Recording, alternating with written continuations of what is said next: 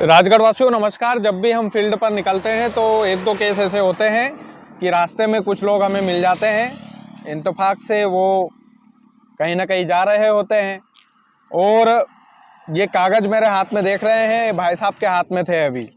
और इन भाई साहब के साथ जो कुछ भी हो रहा है 2017 से लेकर अभी तक के ये आवेदन है, 2017 से लेकर यानी कि 9 साल हो गए हैं।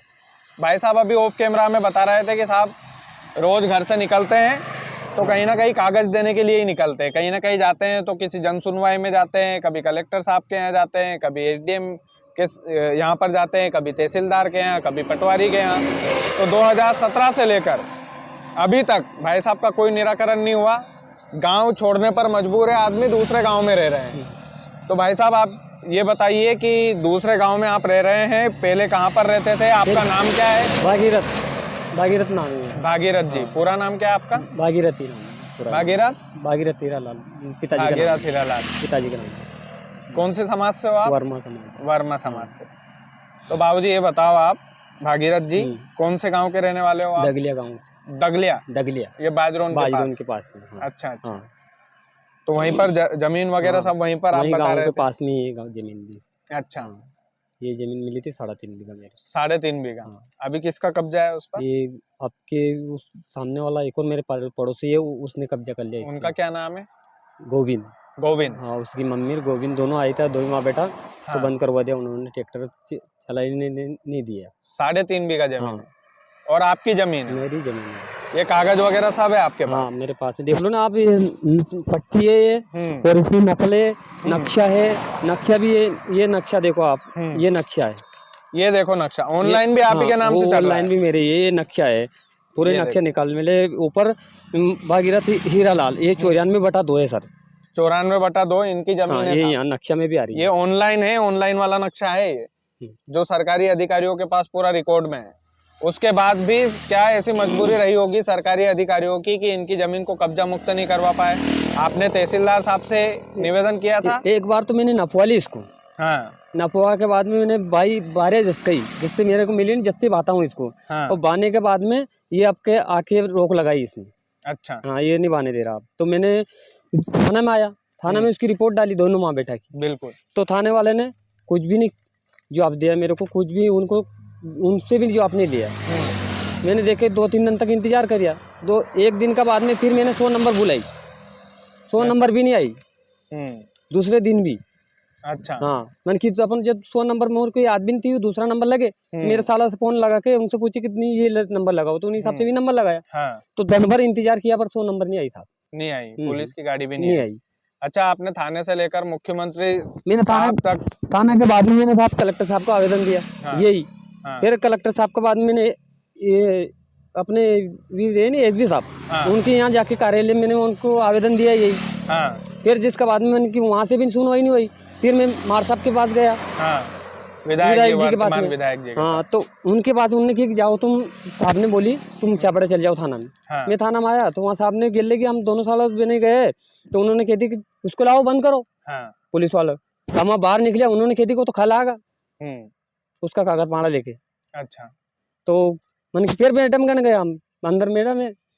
तो उन्होंने कि ये घड़ी पकड़ी आ रही है, क्या बात है? उन्होंने ऐसा करके तो उस बात को दबा दी साहब, हम आ गया करे। फिर घर आ गया। ये है कि हाँ, सारी जमीन आपके नाम की, कागज आपके नाम के सारे। फिर हमने सोचा 1-2 दिन बाद में टेटवाल जी मंत्री जी के पास में गया, तो उनको भी आवेदन दिया मैंने, वहां से भी कुछ भी हाथ नहीं लगे। अच्छा। कार्रवाई कुछ भी नहीं हुई वहां से। फिर रुका थोड़ा दिन, रुक के 2-4 दिन बाद, 8 दिन बाद में फिर मैंने सोचा मन कि अपन भोपाल चला, मन मोहन यादव जी के पास गया, वहाँ जाके कार्यालय में वहाँ आवेदन देखा है, वहाँ से भी आज दिन तक कुछ भी नहीं हुआ। भाई साहब, आपने लोकल थाने से लेकर तो मुख्यमंत्री आवास तक सूचना पहुंचा दी हमने, लेकिन किसी ने सुनवाई नहीं, कोई भी सुनवाई नहीं हुआ आज दिन तक मेरे साथ।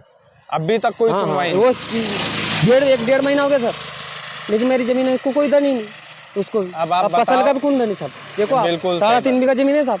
3.5 बीघा जमीन, ये सीजन तो आपका पीट गया पूरा। कहीं पाऊँ कभी अभी भी आ जा, उम्मीद है कभी आपकी से जरूर उम्मीद है। नहीं, बिल्कुल कोई दिक्कत नहीं बाबूजी, अपना काम है कि जनप्रतिनिधि तक, राजगढ़ के जितने भी जनप्रतिनिधि हैं, जितने भी नेतागण हैं, सुन लो भैया, पांचों के पांचों आप लोग बीजेपी से हो, और हजारीलाल डांगी जी उन्हें भी दिया इन्होंने शिकायत 2 बार आवेदन दिया उन्होंने। 2 बार बोल दिया, मुख्यमंत्री तक चले गए भाई साहब।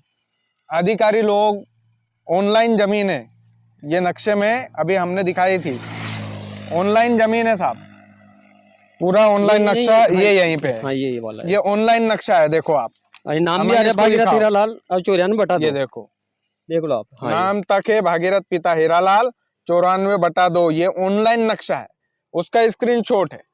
उसके बाद भी राजगढ़ जिले के जो माननीय अधिकारीगण हैं वो भाई साहब की जमीन को कब्जा मुक्त नहीं करवा पा रहे हैं। क्या कारण है? ये कारण अधिकारी ही बेहतर तरीके से बता सकते हैं, लेकिन रास्ते चलते ये लोग हमें मिल जाते हैं और गुहार लगाते हैं और परेशानी बताने की पूरी कोशिश करते हैं। हम भी कोशिश करते हैं राजगढ़ वालों कि हम परेशानी सुने और आप लोगों तक पहुंचाएं और हमारे राजगढ़ जिले के जो जिम्मेदार अधिकारीगण हैं उन तक पहुंचाएं। लेकिन सवाल एक ही है, सवाल ये है कि ये जो आवेदन है, इन आवेदनों का होता क्या है? क्या अधिकारी लोग इन आवेदनों में समोसा रखकर खा जाते हैं, पोहे रखकर खा जाते हैं? इन आवेदनों की कोई वैल्यू नहीं है।